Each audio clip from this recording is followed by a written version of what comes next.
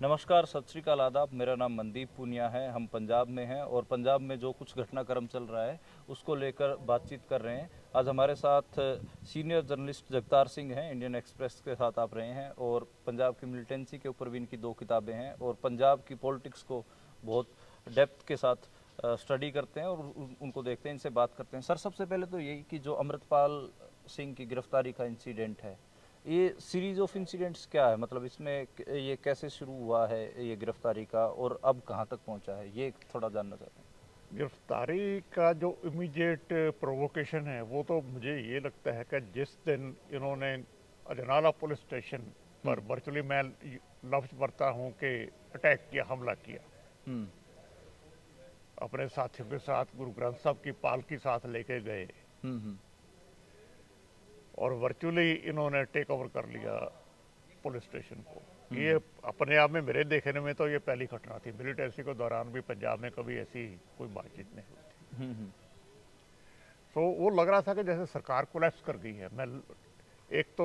मैंने लफ्ज यूज किया है इसके लिए कि इन्होंने पुलिस स्टेशन कैप्चर किया और सरकार कोलैप्स कर गई। ये मैं इसे ऐसे एक्सप्लेन करता हूँ।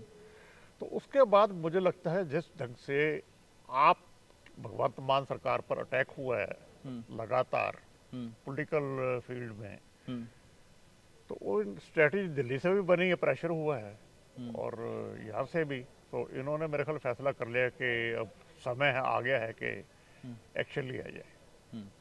तो जो एक्शन लिया गया, अभी भी स्टेट कह रहा है कि गिरफ्त से बाहर है और लोगों में परसेप्शन ये बना हुआ है कि नहीं, वो इन्होंने पकड़ रखा है।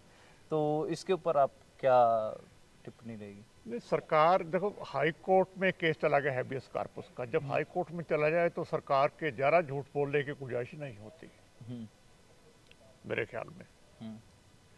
हाँ, ये ठीक है कि पंजाब में किसी जमाने में सैकड़ों लोग डिसअपीयर हुए, आज तक पता नहीं चला किधर गए।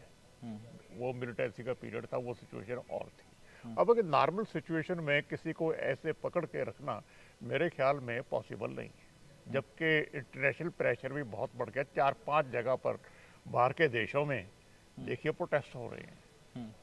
ब्रिटिश हाई कमीशन के बाहर झंडा उतारा गया हिंदुस्तान का, यूएसए में हुआ, कई जगह पे, ऑस्ट्रेलिया में प्रोटेस्ट हो रहे हैं। सब ये सिचुएशन अब डिफरेंट है। इसलिए जो ये परसेप्शन पहले बनी कि हो सकता है इनके पास ही हो, तो मेरे ख्याल में वो धारणा गलत है। और इसमें एक ये भी निकल के आ रहा है कि जिस तरह कार्रवाई की गई, 7-8 जिलों की पुलिस लगाई गई, इस पूरी कार्रवाई को जो पुलिस ने किया, इसको आप कैसे रीड करते हैं? मुझे ये समझ ही नहीं आती कि ये हाइप इन्होंने क्यों बिल्ड की है। एक नॉर्मल पुलिस प्रैक्टिस है, और किसी को अरेस्ट करना है तो रात को, आधी रात या अर्ली मॉर्निंग आप घर से जाके अरेस्ट करते हैं।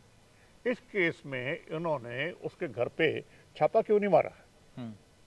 इस बात का जवाब नहीं मिल रहा। अगर ये कहे कि हमारी स्ट्रेटजी थी और खबरें ये भी छपी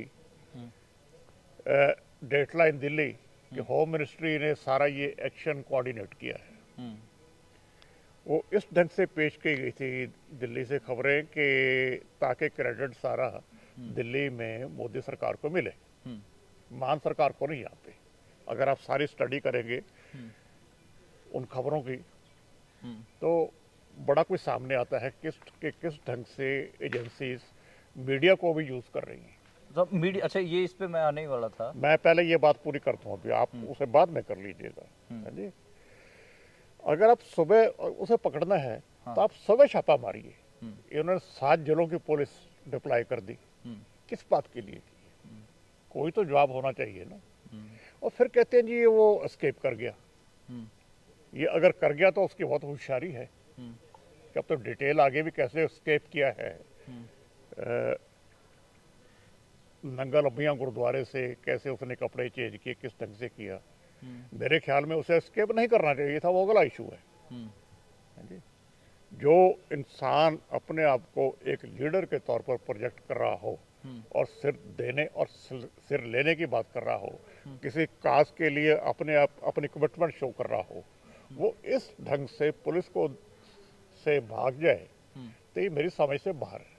इससे उसका स्ट्रेचर है मेरे ख्याल में कम हुआ है। और उसे पेश हो जाना चाहिए था। और जो मीडिया कवरेज जिस किस्म की हो रही है उसको पाकिस्तान से जोड़ रहे हैं, और आईएसआई और ये सारा एक, और उसके बाद जितने खाली गिरफ्तारी उसकी नहीं हुई, लेकिन 135 140 एक नंबर भी तो है, इतने पंजाब के नौजवानों की गिरफ्तारी है। हाँ, उन्हें राउंड अप कर लिया। अब उनमें से अरेस्ट कितने शो करते हैं, अभी तो राउंड अप की फिगर है। उन पे क्या केस बनता है, मेरे ख्याल अजनाला केस में ही ये लोग सारे अरेस्ट किए गए। एनएसए भी तो लगा है, एनएसए एक सेक्शन पे लगा है जी। नॉर्मल है पंजाब में ये सारी बातें, कोई ये है कि ये रेपुटेशन बहुत सालों के बाद हो रहा है, और ऐसी सिचुएशन भी अभी ही इमर्ज हुई है कि आफ्टर 95 अगर कोई नया चेहरा ऐसा उभरा है रेडिकल स्ट्रीम में तो अमृतपाल है। तो इसने कॉपी करने की कोशिश की संजय राय से भिंडरावाला को। तो जब ये नया आया तो मैंने लिखा भी था और अपने बातों में कहा भी कि इसने एक एक एक्शन जरनैल सिंह भिंडरावाला का कॉपी करने की कोशिश की है, और जिस ढंग से ये मूव कर रहा था, उनके एक्शन को कॉपी कर रहा था, उससे बड़ा क्लियर था कि इसे काफ़ी लंबा समय ट्रेनिंग दी गई है। मैं संत जरनैल सिंह भिंडरावाला को कवर करता रहा हूँ अर्ली 79 से लेके ब्लू स्टार तक। तो मुझे उनका पता था सारा। जब मैंने इसे देखा कि ये कॉपी करने की कोशिश कर रहा है तो फिर मुझे लगा कि ये सडनली अपीयर नहीं हुआ, इसके पीछे कोई डिज़ाइन है। इसे पूरा तैयार करके पंजाब में भेजा गया है, और वो फोर्स कौन है ये मैं कह नहीं सकता।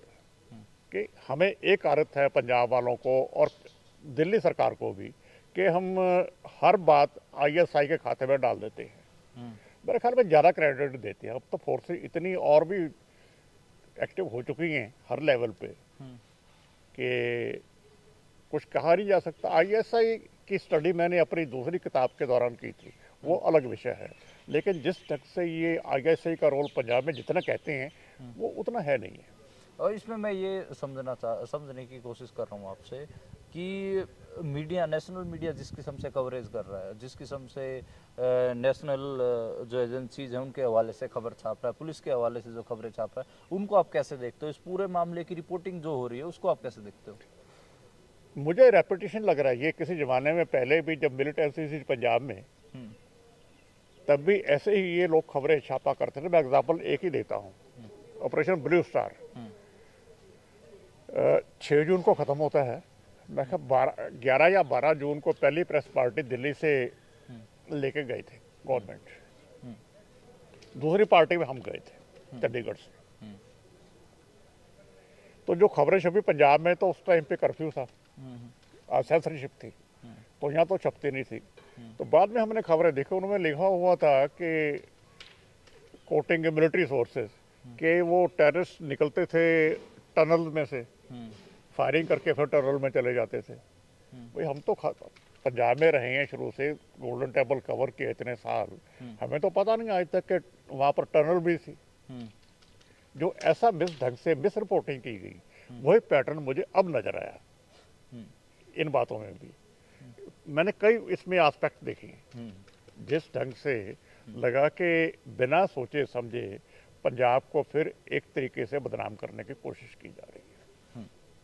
तो इसमें मैं एक आपसे पूछना चाहूँगा कि जो ये पूरा मामला है, इससे पंजाब में माहौल क्या क्रिएट हुआ है? पंजाब ग्रास रूट पर देखो, पंजाब में सब माहौल समझना हो, एक बात हमेशा ध्यान में रखो आप, 84 के बाद पंजाब में रेडिकल पॉलिटिक्स का एक पक्का सेक्शन है।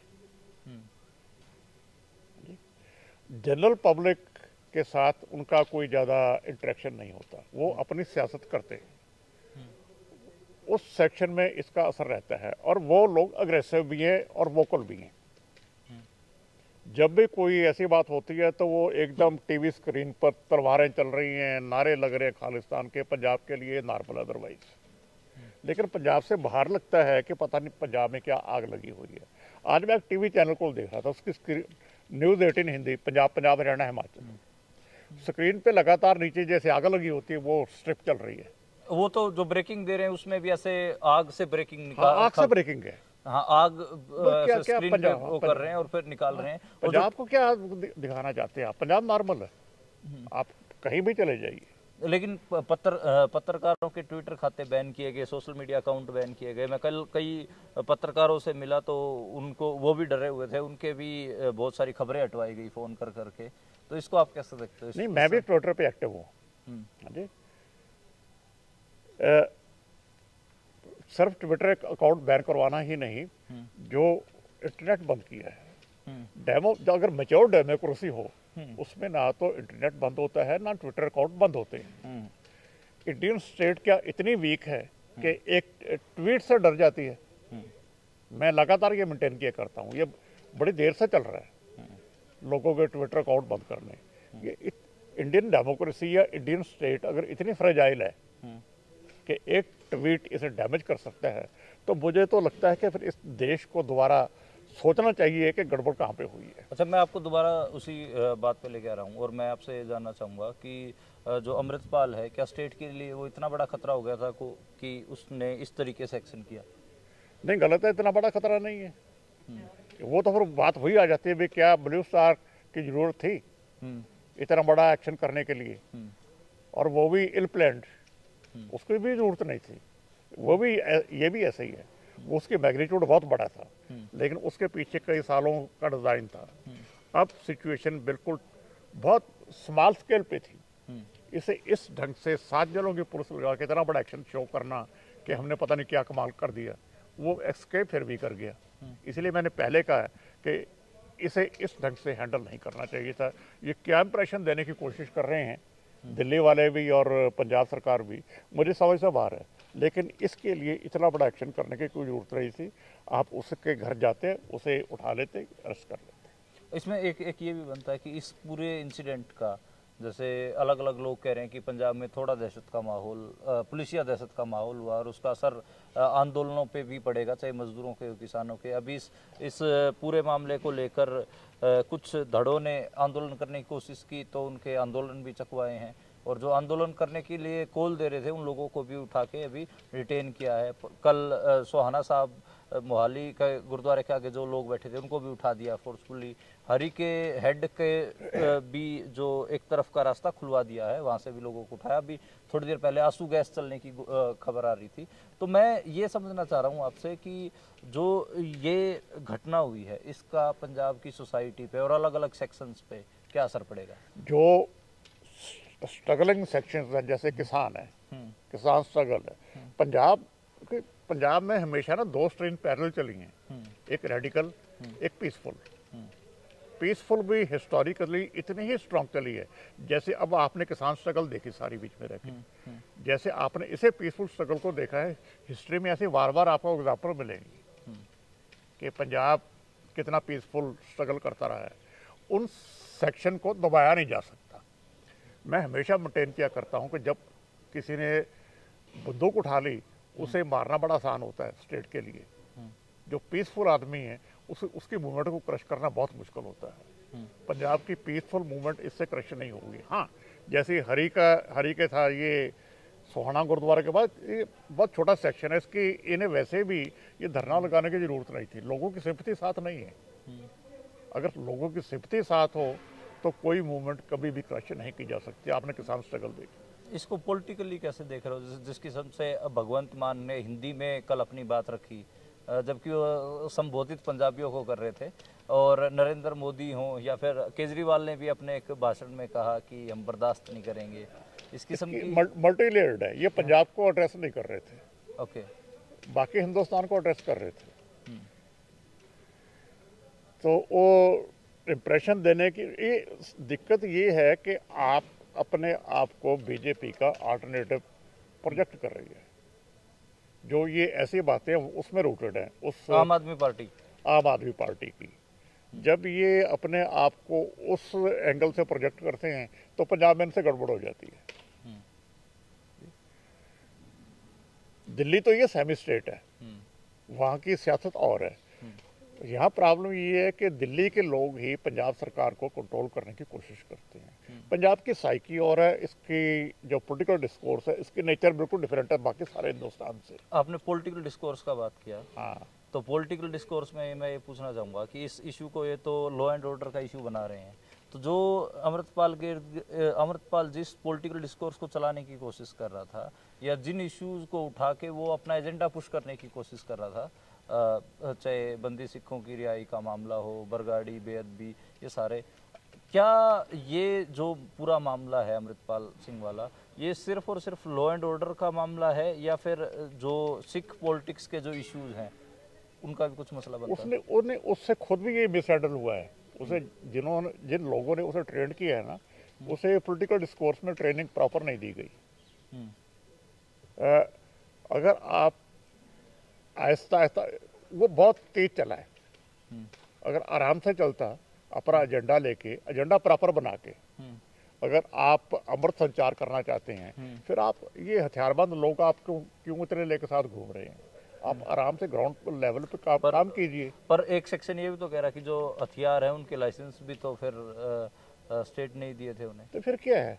मैंने तो संत जरनैल सिंह भिंडरावाले को देखा है ना, जब उन्होंने अमृत संचार शुरू किया जेल में आने के बाद, मैंने वो पीरियड उनका कवर किया है, देखा नहीं कवर किया है, तो कभी ऐसा ड्रामा नहीं होता था। He was used to be very normal, very calm. ये तो जिस ढंग से, जिस टेंशन में ये इंसान घूम रहा था, जब ऐसे शो कर रहा था कि मैं बहुत सख्त हूँ, उसकी ज़रूरत नहीं थी। आप नॉर्मल अपना काम कीजिए, किसी को कोई ऑब्जेक्शन नहीं था। और विदाउट मच प्रोवोकेशन, जिन लोगों के एजेंडे बड़े होते हैं मनदीप, वो एक छोटी सी बात पे प्रवोक होके किसी पुलिस स्टेशन पे अटैक नहीं करते। मैं इसमें ये कहने की कोशिश कर रहा हूँ कि जो बार बार लोग कह रहे हैं कि भाई सिख पॉलिटिक्स को एक हीलिंग टच की ज़रूरत थी, वो हीलिंग टच मिला नहीं, या क्या जो ये सिर्फ लॉ एंड ऑर्डर की दिक्कत है या फिर सच में ही कुछ पॉइंट्स हैं जिनके ऊपर इंडियन स्टेट को बात करनी पड़ेगी? हाँ, करनी पड़ेगी।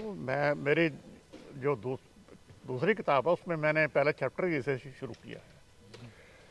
पंजाब में 15 साल स्ट्रगल चली है, जिसमें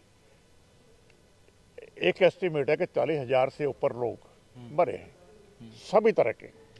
मैं हिंदू सिख में कभी भी नहीं पढ़ा। जब मैं इस मूवमेंट को स्टडी करता हूँ, मेरे लिए हिंदू सिख प्रॉब्लम ये कभी भी नहीं थी। मेरे लिए इंसानियत की प्रॉब्लम है ये। जो लोग 40,000 मरे हैं, उनके लिए जिम्मेदार कौन है? इंग्लिश में मैं हिंदी में भी कर लिए, जवाबदेही तो होगी ना उसकी। जवाबदेह कौन है? जिम्मेदार छोड़िए, जवाबदेही तो होनी चाहिए ना। दुनिया को पता लगे कि कौन सी फोर्सेज थी जो एक्टिव थी, सरकार का क्या रोल था, ये सामने आना चाहिए। अगर जब तक उस स्ट्रगल का क्लोजर नहीं होता, मैं लफ्ज़ क्लोजर यूज़ किया करता हूँ, तब तक ये प्रॉब्लम खड़ी रहेगी। उसमें क्या होना चाहिए? एक तो अकाउंटेबिलिटी फिक्स होनी चाहिए। आप हाई लेवल इंक्वायरी करवाइए। मैं ट्रुथ कमीशन की बात नहीं करता, उसी पैटर्न पे सुप्रीम कोर्ट के किसी जज या रिटायर्ड या सिटिंग जज से कमीशन बना के आप सारी इस नैरेटिव की इंक्वायरी कराइए। एक तरफ तो आप कहते हैं कि इंदिरा गांधी ने या कांग्रेस ने संत भिंडरावाले को क्रिएट किया। अगर वो कांग्रेस की क्रिएशन थी, तो फिर आप तो और भी जरूरी है कि मोदी जी इंक्वायरी कराएं, इसमें एक्सपोज करें। अगर कांग्रेस को मारना है परमानेंटली, तो इससे बड़ा हथियार और क्या हो सकता है? आपको लगता है कि वो क्रिएशन थे? नो, ये नहीं थी। एक दिल्ली, मैं बताता हूँ क्यों नहीं थी। हाँ, ये तो दिल्ली के जो पत्रकार जो आते थे, जो पैरासूट पत्रकार आते थे, उन्होंने बाद में किताबें भी लिख दी। आपकी उम्र में आए तो उन्होंने किताबें भी लिख दी इसके ऊपर। वो उनका तो एक ही थ्योरी पे जोर रहता है कि देखो अभी है। हाँ, अभी है। मैं आपको एक्सप्लेन कर देता हूँ, इसीलिए हिंदी में ठीक रहेगा आपके लिए। एक कुलदीप नैयर और मार्क टली ने शुरू किया था। सतीश जैकब भी कुछ उसमें। वो एक, जब मार्क टली मैंने कह दिया, फिर तो बात ही खत्म हो गई। हाँ जी। मार्क टली, सतीश जैकब तो इसका जूनियर था ना, मार्क टली का। कुलदीप नैयर ने शुरू किया था, और कुलदीप नैयर में बाद में माफी भी मांगी थी। जी, शुक्रिया। नहीं, मैं आपको ये पूरा कर दूं ना एक्सप्लेन। बिल्कुल। संत भिंडरावाला ने टेक ओवर किया दमदमी टकसाल 25 अगस्त 1977। 24 मार्च 77 को मोरारजी देसाई प्राइम मिनिस्टर बन गए थे। और जो संत करतार सिंह से, संत भिंडरावाला से पहले टकसाल के मुखी, उनका रोड एक्सीडेंट हुआ था, उसमें डेथ हुई थी। तो डेथ तो कोई ना कोई डिज़ाइन कर सकता है ना सोच सकता भी ऐसे होगी। सो इस सिचुएशन में इनको नॉमिनेट किया गया था। क्या मिसेज गांधी उस टाइम पे अपनी सर्वाइवल की लड़ाई लड़ रही थी? क्या उस टाइम पर मिसेज गांधी की प्रायोरिटी या कांग्रेस की ये थी कि हमने पंजाब में एक ऐसा आर्मी क्रिएट करना है जो अकाली दल को एम्बेरस कर सके? कोई तुकी नहीं बनती। 1980 में कांग्रेस दोबारा आती है पावर में और कहा गया कि संजय गांधी की प्लान थी उस टाइम पे संत भिंडरावाले को आगे लेके आने की। मुझे ये नहीं समझ आती कभी भी कि संजय गांधी का प्लान क्रैश हो गया जून में, जनवरी 80 में सरकार बनती है, जून में क्रैश हो गया। क्या अगेन सरकार बनने के बाद इमीडिएटली पहली प्रायोरिटी संजय गांधी की या मिसेज गांधी की पंजाब थी? अकाली तो सत्ता से बाहर हो गए थे, पंजाब में तो कांग्रेस पावर में आ गई थी, जरूरत ही नहीं थी। अगर जरूरत हो फिर तो आप कहो कि ये उनकी प्लान इमीडिएट थी। पंजाब में तो अकाली आउट ऑफ पावर थे, ठीक नहीं। हाँ, 80 के बाद किसने किसको यूज़ किया वो इशू अलग है। मैं ये भी कहता हूँ कि संत भिंडरावाले ने अपनी सियासत से मिसेज गांधी को यूज़ किया जी। लेकिन जो ये नैरेटिव मैंने आपको डेट्स दे दी हैं, अगर किसी को अब भी लगे कि क्रिएशन थी, लफ्ज़ क्रिएशन यूज़ किया गया, अब जो लेटेस्ट किताबें आई हैं उनमें भी ये थीसिस यही रिपीट किया गया। जीवी सिद्धू बार बार यही कहानी सुनाते हैं। मैं नहीं, रिकॉर्ड पे है ना, मैं एक पैनल डिस्कशन में उनकी किताब पे था। हाँ, ये मिलिट्री लिटरेचर फेस्टिवल चंडीगढ़ में हुआ तो उनकी किताब की पैनल डिस्कशन आ गई। मैं भी उस पैनलिस्ट था। हमारे साथ 2 पंजाब पुलिस के रिटायर्ड लोग थे। मेरी दूसरी किताबें भी आई नहीं, उसके महीने के बाद आई, उनकी किताब आने के बाद। मैंने यही बात सिद्धू साहब को पूछी, वो रिकॉर्डेड है सारी। वो बहुत बढ़िया इंसान है, अदरवाइज शरीफ आदमी है। मैंने कहा यार मुझे समझाओ भाई ये डेट्स हैं तो ये क्रिएशन कैसे होगी इंदिरा गांधी? कहता यार मुझे पता नहीं था। वो मान गए, कहते मुझे पता होता मैं ये बात नहीं लिखता। उसके बाद अब फिर रिपीट हुई है। एक हमारे रिटायर्ड IAS अफसर, उनकी किताब आई है रमेश इंदर सिंह, उसमें भी रिपीट किया हुआ जी।